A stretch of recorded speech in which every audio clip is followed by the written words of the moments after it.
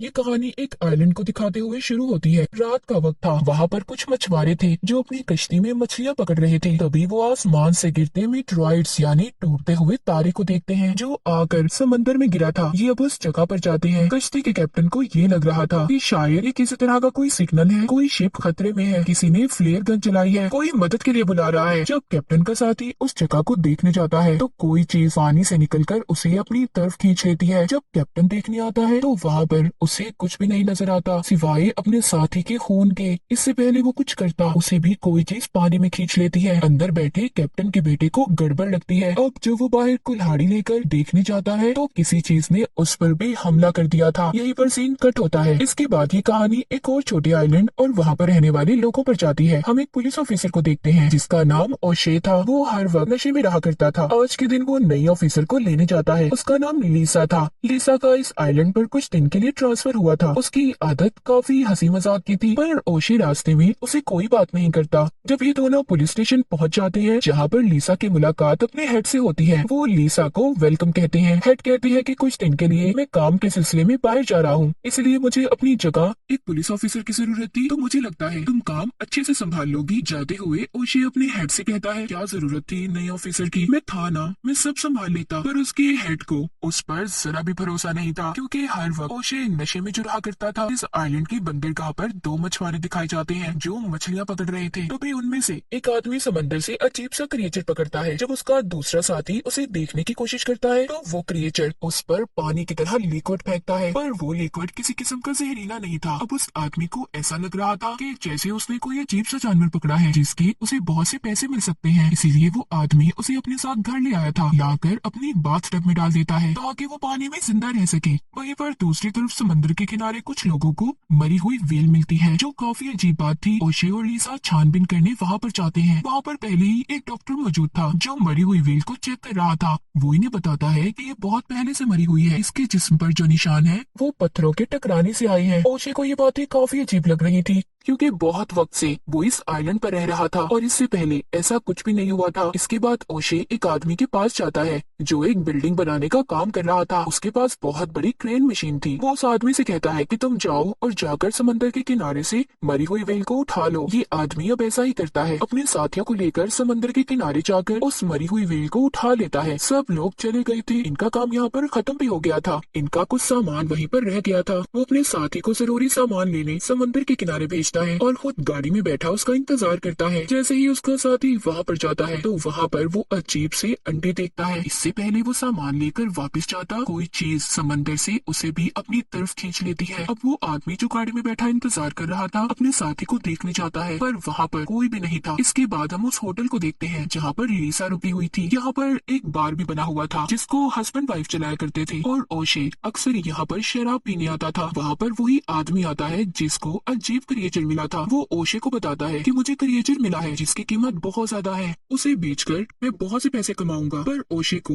उसकी बात पर यकीन नहीं होता। वो सोचता है कि ये नशे में है, ऐसे ही बोली जा रहा होगा, मजाक कर रहा है मेरे साथ, क्योंकि ओशे खुद नशे में था। उसी रात हम एक और आदमी को देखते हैं जो उसी आदमी का साथी था जिसने क्रिएचर को पकड़ा था। वो अपने घर पर था, तभी उसके घर पर कोई आता है। अब जब ये दरवाजा खोलने जाता है तो एक आदमी को देखता है। ऐसा लग रहा था कि जैसे वो किसी चीज से लटका हुआ हो। उसके दोनों हाथ ऊपर थे। जब ये थोड़ा सा आगे जाकर देखता है तो कोई चीज उसे भी आसमान में खींच लेती है। उस आदमी की बीवी भी वहाँ पर थी जो ये सब कुछ देखकर बहुत घबरा गई थी। वो जल्दी से अपने घर का दरवाजा बंद करती है। उसने उस क्रिएचर को देख लिया था जिसने इसके हस्बैंड को अपनी तरफ खींचा था। जी हाँ, वो ये खतरनाक क्रिएचर था जो अब इंसानों को खा रहा था। पर ये कैसे और कहाँ से आया था ये हमें कहानी में आगे जाकर पता चलेगा। अब वो औरत अपने घर में बहुत डरी हुई थी। उसको उसके हस्बैंड की चीखें सुनाई दे रही थी। उसकी नजर अपने घर की चिमनी पर जाती है। ये देखकर सोचती है वो क्रिएचर वहाँ से भी आ सकता है। इससे पहले ही उसे बंद करती, क्रिएचर उसे भी चिमनी के रास्ते से आकर खींच लेता है। उधर वही आदमी जिसको क्रिएचर मिला था वो अपनी बाथटब में जाकर देखता है तो वहाँ से वो क्रिएचर गायब था। उधर सिर्फ उसका एक अंडा पड़ा था। ये जब चेक करने बाहर आता है तो कमरे में अजीब सा लिक्विड देखता है। वो क्रिएचर दीवार से चिपका हुआ था जिसके बड़े बड़े टेंटिकल्स थे जो दिखने में बिल्कुल ऑक्टोपस की तरह लग रहा था। क्रिएचर उस आदमी पर हमला करता है मगर वो उसको अपने पास से हटा देता है और मार भी देता है। सुबह को हमें दिखाया जाता है लिसा बार में काम करने वाली लेडी से ओशे के बारे में पूछती है क्योंकि वो अब ओशे को पसंद करने लगी थी। वो पता करना चाहती थी कि उसकी वाइफ है या नहीं, पर वो लेडी उसको बताती है कि उसकी वाइफ नहीं है, वो बिल्कुल अकेला रहता है। तभी थोड़ी देर बाद वही आदमी ओशे और लिसा को कॉल करके बुलाता है जिसको क्रिएचर मिला था। वो आदमी उसे मारकर लैब में लाया था। टेस्ट करने पर डॉक्टर कहता है कि आज तक मैंने ऐसी अजीब चीज नहीं देखी, ये काफी खतरनाक लगता है। वो क्रिएचर को ग्रैबर का नाम देता है। वो डॉक्टर उन्हें दिखाता है कि इस ग्रैबर की बहुत लंबी जुबान है। ये क्रिएचर सिर्फ पानी और खून पीता है। वो इनको इसका अंडा भी दिखाता है। ये सब कुछ जानने के बाद ओशे को अब व्हील वाला हादसा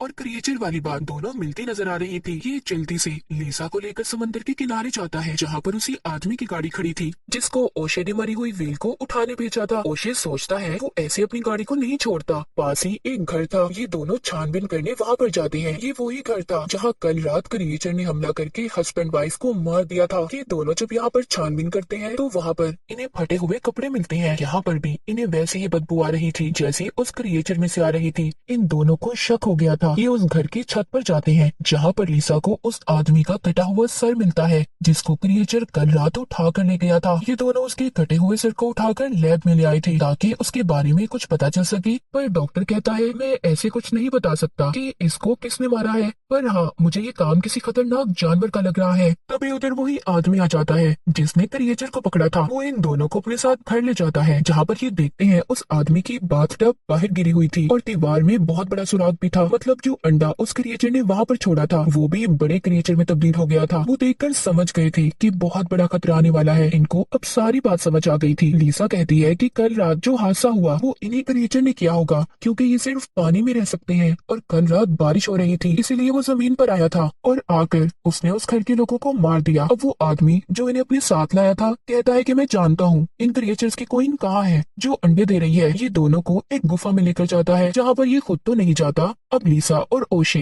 दोनों अंदर जाते हैं। वहाँ पर इन्हें एक आदमी के कपड़े मिलते हैं। ये उसी मछुआरे के कपड़े थे जो हमने कहानी के शुरू में देखा था। मतलब उस वक्त उन मछुआरों की कश्ती पर हमला भी इन्हीं क्रिएचर्स ने किया था। इन्हें वहाँ पर ढूंढने में और कुछ तो नहीं मिलता पर ये क्रिएचर को जगा देते हैं। वो क्रिएचर जागते ही इन पर हमला करने आ रहा था मगर ये दोनों जल्दी से बाहर निकल आए थे। वो क्रिएचर अभी भी गुफा में ही था। वो बाहर नहीं आता क्योंकि ये क्रिएचर सूरज की रोशनी में बाहर नहीं निकल सकते थे। इसीलिए ये दोनों अब दोबारा से लैब में जाते हैं और ग्रैबर क्रिएचर की कमजोरी का पता करने की कोशिश करते हैं कि जिससे ये इसे मार सके। पहले ये उसे आग लगाते हैं पर अचानक से पानी आने लगा था जिससे ग्रैबर दोबारा से जिंदा हो गया था और ओशे के मुंह पर वही लिक्विड फेंक कर उसके सर पर चिपक जाता है। लेकिन किसी तरह ये उसे अपने सर से उतारता है। वो आदमी भी खड़ा ये सब देख रहा था जो यहाँ पर इसको लाया था। वो बिन को बताता है कि ग्रैबर क्रिएचर ने मुझ पर इस तरह हमला किया था। इसने तो मुझे भी काट लिया था पर उस दिन मैंने शराब पी हुई थी और ये मुझे काटते ही कमजोर सा हो गया। इसका मतलब ये है कि जो आदमी शराब का इस्तेमाल करता होगा ये क्रिएचर उन्हें नुकसान नहीं पहुंचा सकते। आज रात बहुत तेज तूफान भी आने वाला था इसलिए ओशे और लिसा मिलकर प्लान बनाते हैं। वो बार वाले के पास जाते हैं और कहते हैं देखो आइलैंड पर रहने वाले लोग सभी खतरे में हैं। उन पर क्रिएचर हमला करने वाला है पर हम एक ही सूरत में उन्हें बचा सकते हैं अगर लोग ज्यादा से ज्यादा शराब पिए क्योंकि जिसके भी खून में अल्कोहल शामिल होगी वो क्रिएचर उन्हें नुकसान नहीं पहुंचाएगा। पर इस बात का पता किसी को भी नहीं चलना चाहिए वरना लोग घबरा जाएंगे। वो बार वाला भी इनका साथ देने के लिए तैयार हो गया था। पहला टेस्ट ये लिसा पर करते हैं। लिसा ओशे से कहती है मैंने कभी भी शराब नहीं पी लेकिन फिर भी ये उसे शराब पिला देते हैं। फिर ये लोग लिसा का खून निकाल कर टेस्ट करते हैं। ये उसके खून को क्रिएचर के बच्चे को पिलाते हैं जिसको इन्होंने लैब में कैद किया हुआ था। जैसे ही वो क्रिएचर का बच्चा खून पीता है मर जाता है। ये क्रिएचर्स की कमजोरी को जान गए थे। ओशे और लिसा चर्च में जाते हैं। वहाँ पर जमा सभी लोगों को ये बार में आने का कहते हैं। मुफ्त की शराब मिलने वाली है इसीलिए सब बार में आ गए थे। रात को इन्हें क्रिएचर का शिकार करना था। इनके पास जो कुछ भी था ये उन चीजों को अपना हथियार बना लेते हैं। बाहर गाड़ी में लीसा और ओशे बैठे थे, बाकी सभी बार में थे। लीसा ने भी बहुत ज्यादा शराब पी ली थी, वो अपने होश में नहीं थी, इसीलिए ओशे को सारी अपनी दिल की बात बता देती है कि वो उसे कितना पसंद करती है। उधर बार के अंदर सभी मौज मस्ती में गुम थे। तभी एक आदमी को वॉशरूम में जाना था, पर वॉशरूम के अंदर कोई था, इसीलिए वो बाहर आ जाता है। बाहर बहुत तेज बारिश हो रही थी। तभी वहाँ पानी की वजह से छोटे छोटे क्रिएचर्स आ गए थे जो उस आदमी पर हमला कर देते हैं। ये देखते ही लीसा और ओशे उस आदमी को बचाने जाते हैं। इससे पहले कि वो उसे बचा पाते, वहाँ पर एक बड़ा ग्रैबर क्रिएचर भी आ गया था जो उस आदमी को खींचकर खा जाता है। ये देखकर लीसा और ओशे अपनी जान बचाकर भागते हैं। जब ये दोनों अपनी गाड़ी में बैठते हैं तो लीसा परेशानी में गाड़ी के सायरन को ऑन कर देती है, जिस वजह से क्रिएचर अब इनके पीछे था वो इनकी गाड़ी पर चढ़ जाता है। वो गाड़ी को तोड़ने की कोशिश कर रहा था, पर ये मौका देखते ही जल्दी से बार के अंदर भागते हैं। बार में आते ही बार का मालिक ओशे को बताता है कि सारी शराब खत्म हो गई है, हमें लेने दूसरी जगह पर जाना होगा जहाँ पर हम इस वक्त नहीं जा सकते। इसलिए ओशे सबको ऊपर जाने का कहता है। सब पूछ रहे थे कि क्या हुआ, ऐसा क्यों जाए हम ऊपर, पर ओशे अभी भी किसी को कुछ नहीं बताता। कोई नहीं जानता था कि बाहर कितनी बड़ी मुसीबत है। यहाँ पर वो डॉक्टर जो लैब में काम करता था उसने बहुत ज्यादा शराब पी ली थी, इसीलिए वो अपने होश में नहीं था। वो बाहर जाकर बड़े ग्रैबर क्रिएचर के सामने खड़ा हो जाता है और उसकी तस्वीर बनाने की कोशिश करता है, लेकिन क्रिएचर उसे पकड़कर दूर फेंक देता है। बार के अंदर सबको इस बड़े खतरे के बारे में पता चल गया था। सभी अपनी जान बचाकर ऊपर की तरफ भागते हैं। ओशे सबको यकीन दिलवाता है कि वो सभी महफूज हैं, उन्हें कुछ नहीं होगा। वो ये भी कहता है कि इस क्रिएचर को शराब से नफरत है, इसीलिए वो किसी को कुछ नहीं करेगा। लेकिन यहाँ पर सबसे बड़ा खतरा ओशे खुद था, क्योंकि उसने शराब नहीं पी थी, इसलिए क्रिएचर ओशे के पीछे था। ओशे अब नीचे जाने का फैसला करता है, क्योंकि वो अपनी वजह से सबके जान खतरे में नहीं डाल सकता था। लेकिन यहाँ पर लीसा उसे एक आइडिया बताती है, कहती है कि देखो ये क्रिएचर सूरज की रोशनी बर्दाश्त नहीं कर सकते, इसीलिए यहाँ पर जो कंस्ट्रक्शन साइट है मैंने उधर क्रेन मशीन को देखा है, हम उधर जाएंगे, इस क्रिएचर को पकड़कर उस मशीन से रोके रखेंगे और जैसे ही सुबह होगी ये क्रिएचर खत्म हो जाएगा और इसके अंडे भी।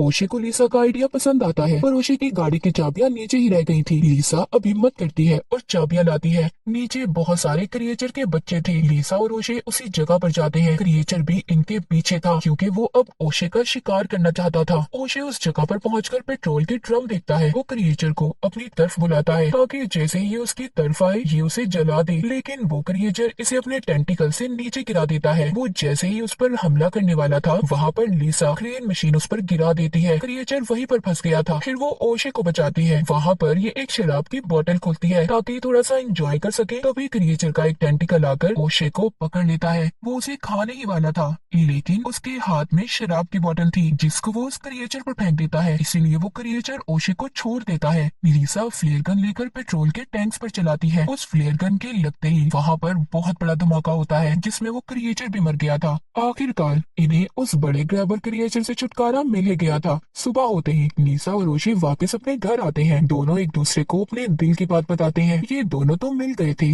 पर उस बड़े खतरनाक क्रिएचर ने न जाने कितने लोगों की जान ली थी। और इसी के साथ ग्रैबर खतरनाक क्रिएचर की कहानी यहीं पर खत्म